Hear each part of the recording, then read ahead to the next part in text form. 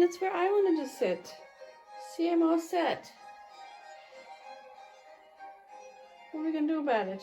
Huh? You can sit on me, maybe. Let me see, girl. Saturday morning, December 5th. Oh, tomorrow is Nikolaus Day in Germany. Yeah. Hello, everyone. It's Saturday. Beautiful day out. Not too cold. It's about 10-ish, I'd say. 10 in the morning. And I'm coming around the corner. Uh-oh, where is she? Where is the girl? My catchphrase. My catchphrase is to say Lily in a very annoying, high-pitched voice. Lily! Like that. I know. I'm actually kind of shocked at how annoying I am when you hear me talking and interacting with my cats. I'm a mixture of, my voice is higher pitched. I'm also sort of on edge a little bit, like anxious because they're not doing what I want them to do, or, you know, like I'm watching over them. I need to chill, which is obviously the case. Mr. T wants to come out. Yeah, we can let you out. Sorry about shadows. You want to come out, Mr. T, and you want to go in? Yeah, you go in. Oh, she's so well trained. Oh, I just want to see what he's up to. Yeah, so just a regular Saturday. I'm gonna not film too much because I am doing the second shelf tour. Will be posted tomorrow in this vlog. And so yeah, I'm gonna go get on with the day. Bye-bye. It's just so funny to me how Lily is the most interested. Shirley's chowing down and Laverne's like, what is this? Is this food? I am not interested. Which is why Laverne is quite a few pounds lighter than her sister. There you go, Shirley. There's number 2 for Shirley. I will not always do this, don't worry, guys, but I just thought it was kind of funny. Plus, you know, cat-centric Vlogmas, right, you know? So, it's funny how they just are all, they're very individual. They're little individual creatures. And that's kind of cool. That's why we love them. Right? Even though, yeah. Hey everyone, this is the way I prepare food, which I'm extremely lazy about food preparation, but I also love to eat yummy things. So we're gonna have this is still somewhat, so the way you can tell that I'm dieting, I hate to talk so much about it, but light mayonnaise, which is that's actually fine, I don't mind it that much, although if I wasn't I would have full fat mayonnaise. Smoked turkey and some salad on some low point bread, which is okay, it's not the best bread. And if I were not dieting, I would probably have cheese somehow. Oh, and here we come with Bill, whom I won't get on camera, but he's bringing in the big Christmas decorations box from the garage, which is the noises you hear. And oh, the kitties are gonna be excited. Oh, where is it? Where did you bring it? I don't want you on camera because I know you don't like it. But here, okay, so that's the big Christmas box right there, Christmas colors. And I will look at it. It's fine. It's light. So I'm going to open this box and I'm going to hope that no spiders or anything jump out at me. And it may also just not be very pretty in here. It's not very neat. We'll see. Oh, it opens easily. Not too bad. Not too bad. We have this lovely item, which I don't know. I kind of like it because it does remind me of my mother-in-law. And she would put it on her door in her apartment, so that's why I kind of like it. And then we have, this is the actual tree. It's like a fiber optic tree. Hopefully it's fine. And some other stuff I'm not going to go through now. This is another mother-in-law ornament that I kind of have an interesting relationship with, because they, you know, they're kind of like, is it ugly or is it delightful? It's a bit of both, which is fine. That's kind of what Christmas is. Oh, look, here we have a cat ball. Oh, it's kind of cute. I like that one. Oh, and here's like something I have. Oh, here's a German thing. A Räuchermann. Oh, he's cute. He's like a little gnome. They call him a Wichte. And so he's made of wood, and he's delightful. And then you undo him and put incense cone inside so that it looks like he's smoking. I think they're so cute. Yes, so yeah, this is all just a big mess. I think this is another Räuchermann. But I wanted to show you guys this one, you know. Of course, this is what we have for Christmas. Is the cat clock that plays different carols at the hour. And yeah, I think we're gonna get this one going. Exciting, exciting. I will check in with you guys later. I do want to take a break now and read because that's what I want to do. I'll talk to you guys later. Bye. Hello, and welcome back to another shelf tour video. So this was the one I did last time. We're moving down. And let's see what we got. Sorry about shadows, the lights. It's very dark in here. The first one is a book I haven't read and then I picked up at a library haul, I think. And I'm sort of in two minds about. So I know it's a satire. And actually people have recommended and said they think I might like it. It's obviously been demoted from the actual TBR, but it is still on the bookshelves. It hasn't been called yet, so I might give it a try. We'll see.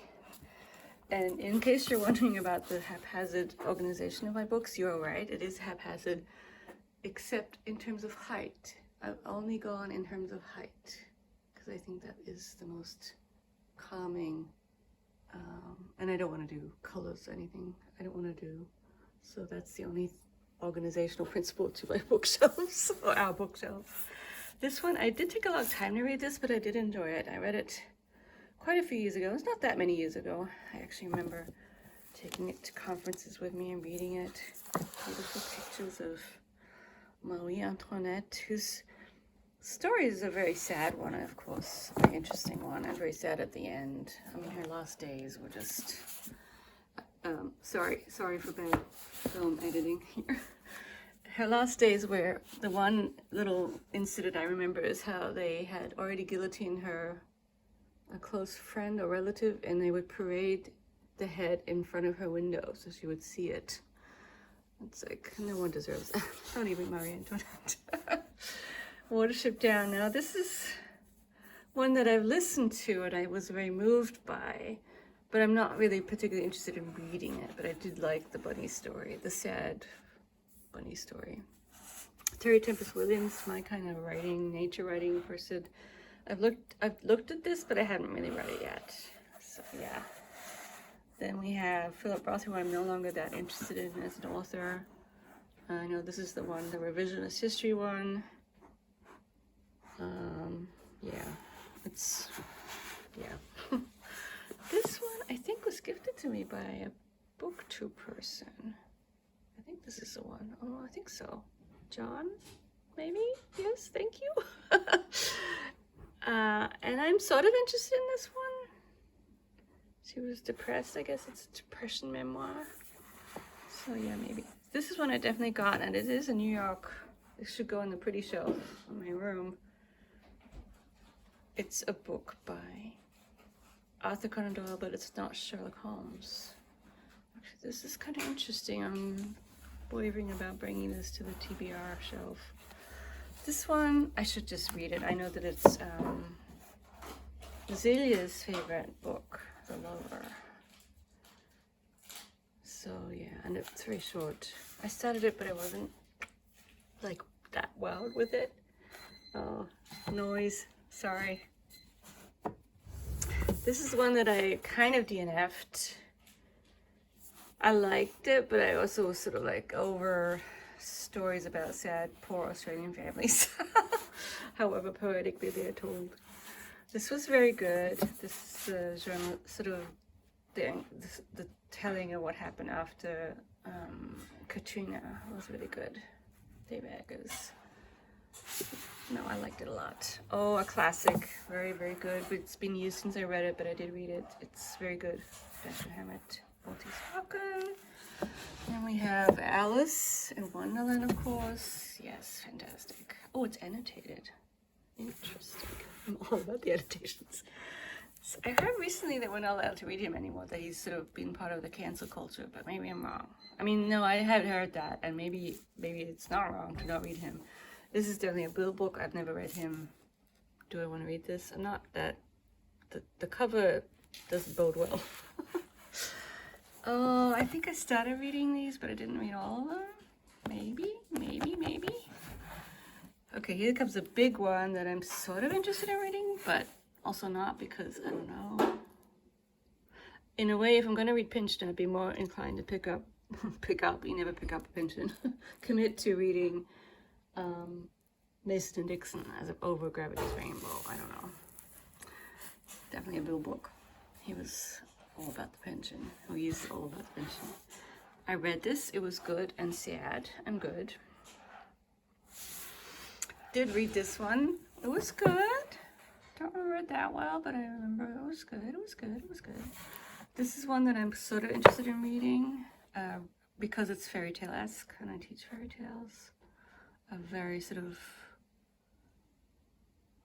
modern, postmodern retelling of Snow White. I've heard it's kind of bawdy. I don't know what to say. Worse than bawdy. X-rated. I don't know. Poetry. We have the William Carlos Williams Reader, which I've dipped into. I do like his poetry. Here's a book that I think, is this like, some people hate it, some people love this one? I'm trying to think. I think Sean didn't like it, as I recall. I don't know. I haven't read it. Can you tell? Another one that I'm glad I have on my shelf, but I haven't read it. This would be good for nonfiction November, which is gone. An old book. Now he's Canadian, right? I think he's Canadian. And this is sort of retelling of, what is it? Okay, it's like a retelling of sort of using tropes from previous eras to tell us quick songs. This is a collection of stories by Liz Spector, I think, or is it a novel? Maybe it's a novel. I don't remember. Oh, yeah, no, it's stories. Because this is the one when I TA'd for the French professor, theoretician Sissou. She was all about Liz Spector. Now, this is the copy that I did read of Moby Dick, and it did take me a long time, but I did really enjoy it. Here's one. I don't know. Do I need to read this? Have any of you read? I have it, but I have not read it. I read Possession, and it was like, it was okay. It was fine. It wasn't like, wow, this is so great.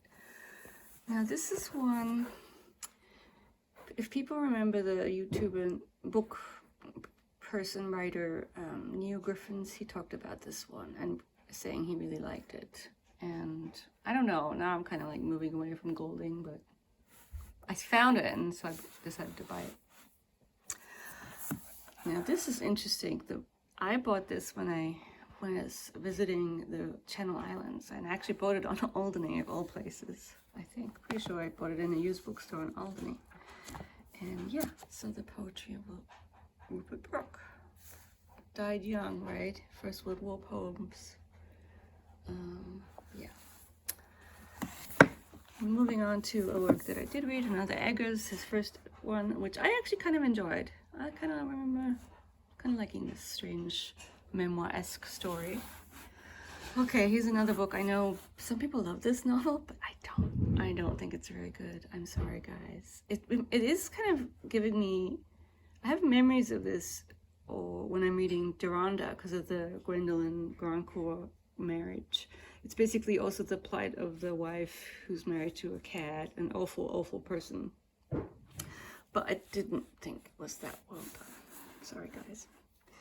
More Keats. I have a lot of Keats stuff. The letters. The letters are wonderful. This is where we find out about negative capability and all that good stuff. Yeah, very good. Another Carol Shields that I have read. I think it's probably her most well-known book. I think she died recently, right? Possibly. Okay, guys. Group read? How about it? Who wants to do a group read in Finnegan's Wake? No one. I love how it says at the top, embodying all author's corrections. What does it even mean, embodying? What is a strange copy of this book? Not mine. Must be my husband's. I've never read Leviticus Wake. I mean, it wouldn't be against like a class or something. This is one that I got at another book sale, and it's sort of been demoted, although I'm still kind of interested in it because I do like hang out the stuff. I love T.H. White, so. And last but not least, we have an Angela Carter that I have not read, but I'm actually kind of interested in this one too. Maybe, as you can see, the TBR sort of, there's stuff here that could be promoted to the actual TBR. This shelf was more like, I don't think I would call any of these except maybe the Ross. Anyway, I'm gonna stop because we're almost at 10 minutes. So yeah, these shelf tours do take time. Talk to you soon. Bye-bye. Why we can't have a real tree, not that I really want one, but still. Cats. Cats and trees. Yes. Lily, what are you doing? What are you doing? She's like, I'm checking it out. Leave me alone. I want to check it out. Yeah, we see you there. Something new in my house. And you kind of like that we're all looking at you. Yes. You're being Lily. Oh, that's the coins. So this is our tree. You get down there, Lily. You get down there. Mr. Bond, thank you for being so patient. Shirley is very concerned because she heard the cat in the show, and she's a bit concerned. There was a meowing cat. Mr. What is it? Oh, he didn't even get the pill. Yeah, typical cat. Yeah. Do you want the rest of the rhubarb? They won't be there. Hi, just wanted to finish up the vlog that will go up tomorrow. This is Saturday evening. I'm still reading Daniel Deronda. Almost done, not quite. I was watching Kim's wrap-up review of it, and I agree, it's just an amazing novel. I mean, she's just very good. She's very interested in people and psychology and sort of people's motives, and yeah, it's wonderful. And the Voxer group is chatting away about this one, and I'm kind of holding off on, I'm kind of responding more to other people's comments instead of throwing my 2 cents in yet now. There'll be plenty of time to do that. So I'll let other people talk and just kind of like maybe gather my thoughts more. But it is very good. I am enjoying it a lot. And it is a kind of good novel to talk with other people about because there's so many references to other works of art, poetry, and art.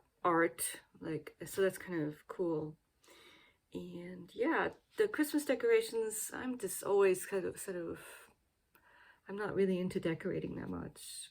We're not big Christmas people. I mean, I like the traditions, but the tree's fine, the LED tree. Can you tell I'm really not that into overly decorating? I do like other people's decorations more in a way, kind of to live vicariously through other people's trees and stuff. I mean, I think a lot of it is because we have the cats and I can't really decorate. And so a lot of what we do is like, I have lights up everywhere on my windows, but they're there all the time. I don't really make a clear distinction between Christmas and non-Christmas. I want it to be cozy all the time. So anyway, I'm going to stop right here. Thank you all for watching, and I will see you very soon. Good night.